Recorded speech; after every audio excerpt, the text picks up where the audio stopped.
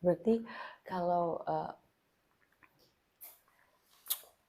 kan isi kitab itu adalah perkataan Tuhan, juga aturan-aturan kan di situ kan. Contohnya, misal gini. Jangan membuang sampah sembarangan. Isinya tuh. Nah, prakteknya ya jangan membuang sampah sembarangan. Berarti selama ini yang dilakukan Jangan dibaca terus tapi buang sampah tetap. Jangan buang sampah sembarangan, jangan buang sampah sembarangan. Jangan buang sampah gitu ya. sembarangan, jangan buang sampah sembarangan, jangan buang sampah sembarangan. Jangan buang sampah sembarangan. Berarti prakteknya jangan buang sampah sembarangan. Nah, kadang kita ini dibaca aja. Dibaca aja. Sehingga ayat itu ujung-ujungnya dianggap sakti. Atau artinya dengan sudah membaca aturan yang ada, dianggap sudah benar. Dibaca dan dipraktekkan apa maunya ayat. Itu yang benar. Ya salah satu tadi, a'udzubillahi minasyaitonirrajim. Aku berlindung dari godaan setan yang terkutuk. Berarti prakteknya dari sejak kau bangun tidur sampai tidur lagi, selalulah berlindung kepada Tuhan dari godaan setan yang terkutuk. Bismillahirrahmanirrahim, dengan menyebut nama Allah yang Maha Pengasih dan Penyayang.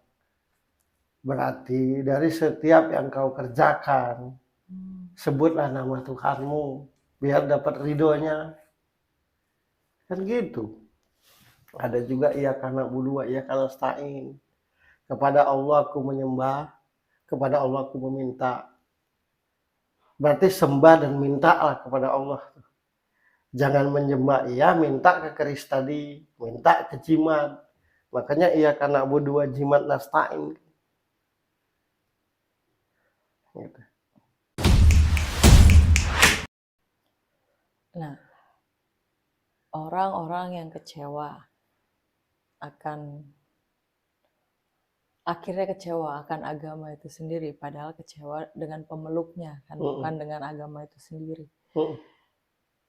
Ada bahasa kayak gini, mencari Tuhan. Nah, kenapa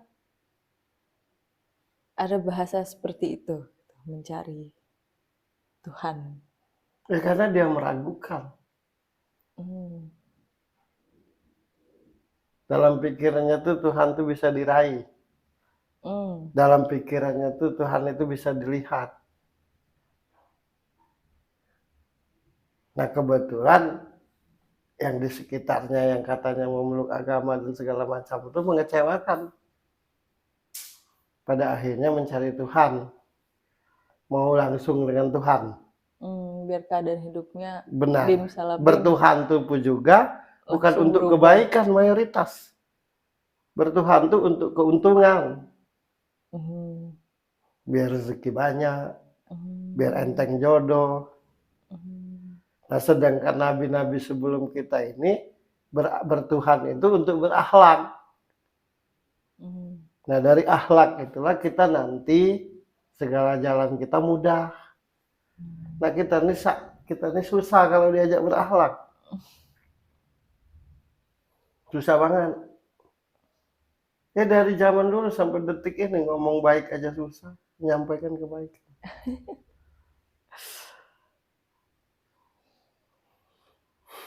Lihat di ceramah-ceramah pada akhirnya kan kayak lelucon, bercanda, ngakak, tapi menceritakan kebesaran Tuhan dengan alasan supaya tidak tegang. Perhatikanlah ceramah-ceramah itu, apa lebih kepada akhlak? Enggak lah. Nah, sedangkan para wakil Tuhan tuh bagaimana supaya setiap manusia ini berakhlak, karena itu yang dimaui Tuhan. Berakhlaklah kamu hai hambaku, tanpa engkau minta akan kuberi. Ya gimana Tuhan akan memberikan rezeki yang banyak memberikan harta yang banyak. Kalau yang diberi itu tidak berakhlak, miskin aja sombong, bagaimana kaya? Coba patuhi dulu seluruh peraturan Tuhan tuh, jauhilah dulu seluruh larangannya. Ini kan mematuhi peraturannya enggak, melanggar larangannya sering. Ketika hidup kecewa, bakal Al-Quran.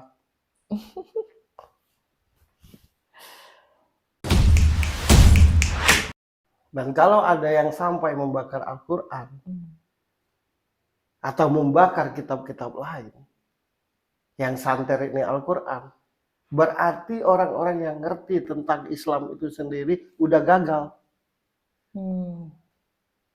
Kenapa sampai ada yang bisa bakar Al-Quran?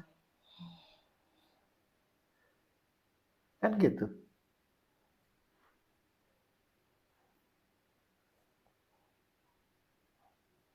Jadi jangan serta-merta nyalakan yang membakar.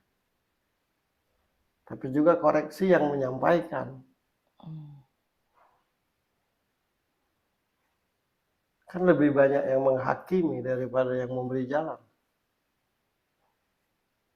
Kan gitu. Menurutku yang membakar tidak tahu fungsinya Al-Quran. Menjelaskan pun. Yang menjelaskan juga tidak ngerti fungsi dari kitab itu.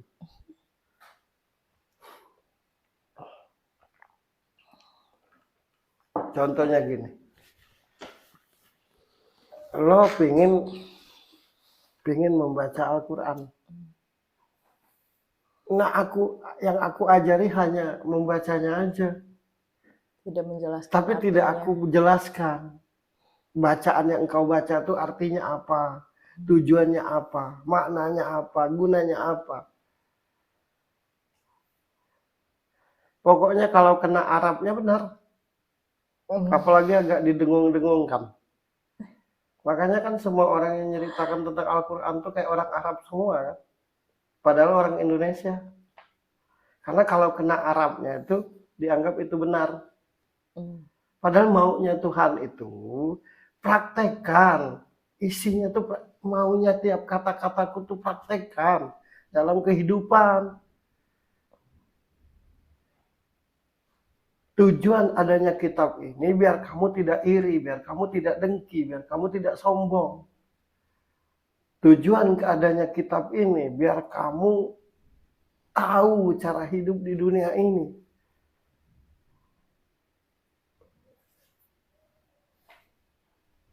Agama atau kitab itu sendiri, tujuan utamanya tuh biar kita ini berakhlak baik.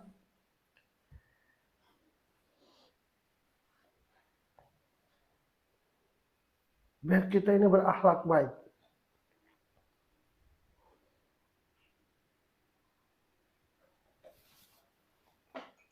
Nah sayangnya yang menjelaskan tentang agama ini kayak mau jadi orang Arab semua.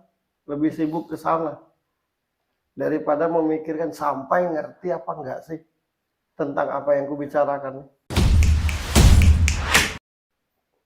Kalau Islam itu kan nabinya adalah Nabi Muhammad. Kalau aku pribadi, bagaimana mencontoh hatinya Nabi?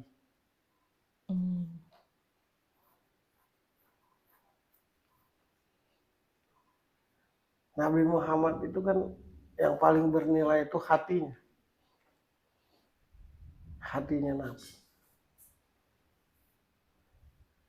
Nah kadang banyak orang tuh hanya mencontoh caranya Nabi. Makanya jangan heran antar agama aja saling musuhan. Bukan antar sesama pemeluk aja saling musuhan. Sesama pemeluk aja saling salah-salahkan. Padahal sama loh. Syahadatnya sama. Sholatnya sama. Kitabnya sama. Nabinya sama. Ribut. Jadi bukan agamanya. Bukan kitabnya. Tapi dasar pribadinya aja yang gak bagus. Ya coba, Tuhannya sama. Syahadatnya sama. Sholatnya sama. puasanya sama, sedakonya sama, tapi ribut. Berarti kan bukan agamanya yang salah, bukan kitabnya yang salah, pemeluknya.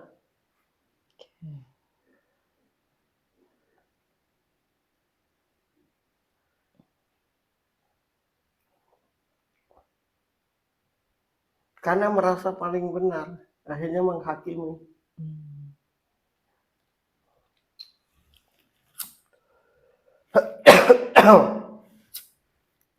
Sholat aja di videoin sekarang ini, biar orang tahu. Fungsi kitab itu adalah panduan hidup. Karena aku Islam, jadi kitabku Al-Quran. Dan menurutku Al-Quran itu panduan hidup. Biar aku ngerti cara berhubungan dengan Tuhan. Dan biar aku juga ngerti cara berhubungan antar sesama. Biar aku tahu apa yang harus kulakukan dan tidak harus kulakukan. Dengan begitu berarti aku tahu aturan. Kalau di bahasa pendekkan, kitab itu adalah agar kita manusia ini tahu aturan.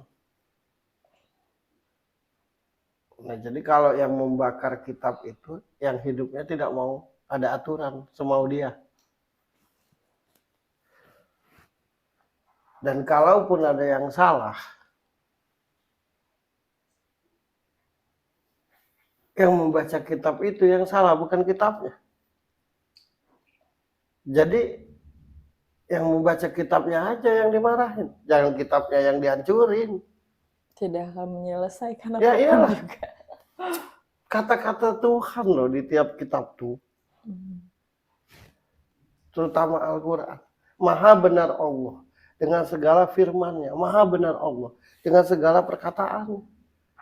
Dan dominannya Al-Quran itu menceritakan tentang akhlak. Menceritakan tentang akhlak baik. Nah terus kalau kita ngamuk dengan membakar kitabnya, nyambungnya kemana? Yang membaca kitabnya yang salah, bukan kitabnya yang salah. Yang membaca kitabnya yang salah, bukan kitabnya yang salah.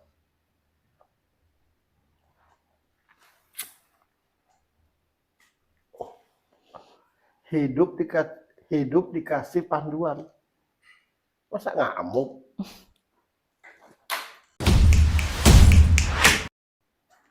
Ketika ada orang yang salah, agamanya yang salah. Ketika ada orang yang salah, kitabnya yang salah. Ketika ada orang yang salah, Tuhannya yang salah. Tidak ada yang salah. Yang salah itu yang memeluk. Yang salah itu yang mempelajari. Yang salah itu yang menjalani. Ya kita ini. Sudah bersyukurlah kita. Ada Tuhan. Sudah bersyukurlah kita. Ada para wakilnya yang menjelaskan. Tidak cukup dengan hanya wakilnya. Ada agama. Tidak cukup dengan hanya adanya agama. Ada kitab.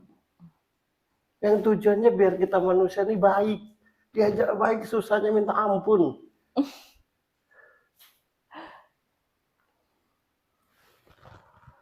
Aduh. Kadang-kadang yang nggak membaca kitab aja baik. Masa yang membaca kitab malah membakar kitab?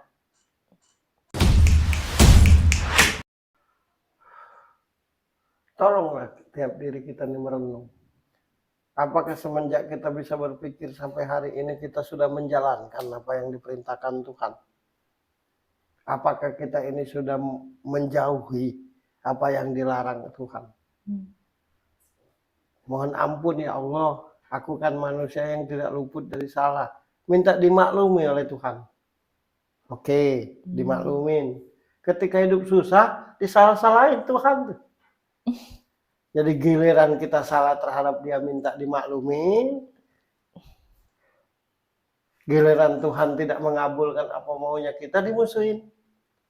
Bahkan diragukan keberadaan.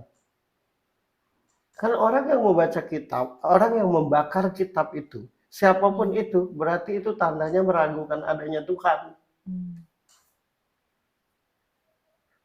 Ya jangan ngajak orang kalau ragu dengan Tuhan. Kalaupun mau ragu dengan Tuhan, silakan aja, tapi pribadi sendiri, jangan ngajak orang.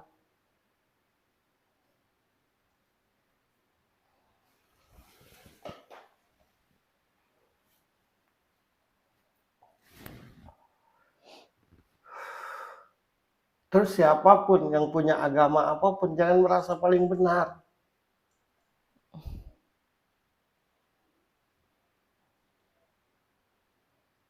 Karena merasa paling benar terhadap keyakinan masing-masing, makanya terjadi permusuhan.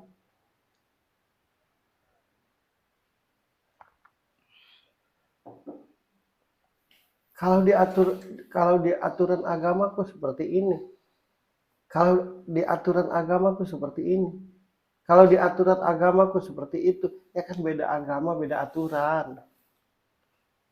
Kalau aturannya sama, semuanya sama, berarti kan satu agama. Sebenarnya kesimpulannya adalah memang dasar manusianya aja yang jahat.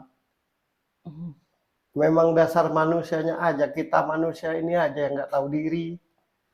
Kita manusia ini aja yang tidak tahu rasa bersyukur.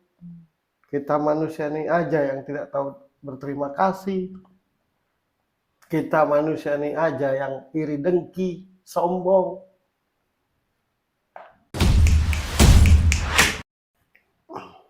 Jadi menurutku Tuhan tidak salah. Para wakilnya tidak salah.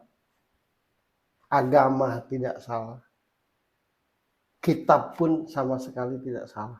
Yang salah tuh manusianya yang nggak tahu diri. Manusianya yang kurang ajar. Manusianya yang tidak ada rasa syukur.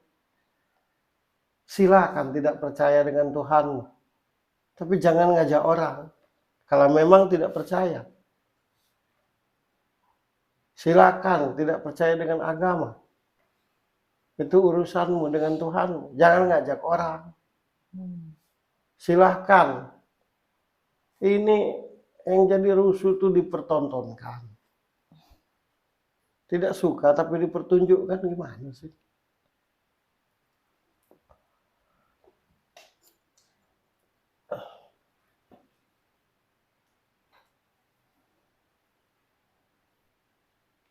Tapi jangankan soal agama sih.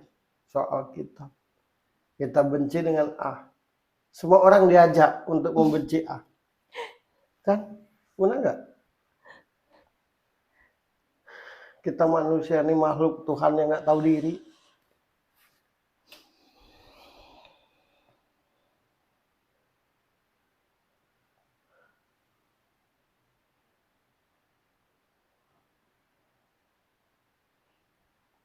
Semua persoalan semua persoalan di muka bumi ini. Karena kita manusia ini tidak tahu diri. Coba kalau tahu diri. Hewan yang tidak berpikir aja akur. Nah, manusia yang berpikir nggak akur-akur.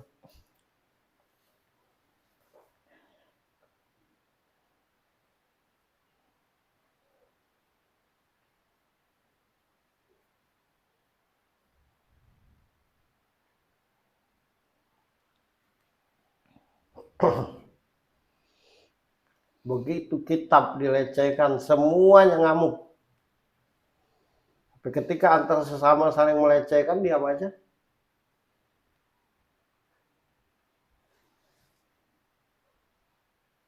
Ketika nabinya dihina, semuanya ngamuk. Tapi ketika antar sesama saling menghina, diam aja.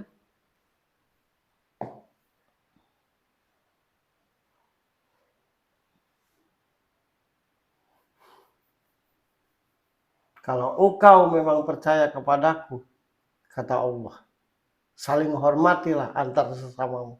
Hmm. Kalau engkau percaya kepada kitabku, praktekkanlah dalam kehidupanmu. Jangan hanya dibaca. Begitupun Nabi. Kalau engkau merasa umatku, jangan saling hancurkan satu sama lain.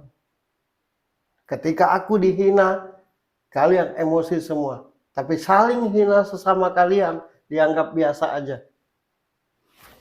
Gimana? Karena cari muka dengan Nabi itu.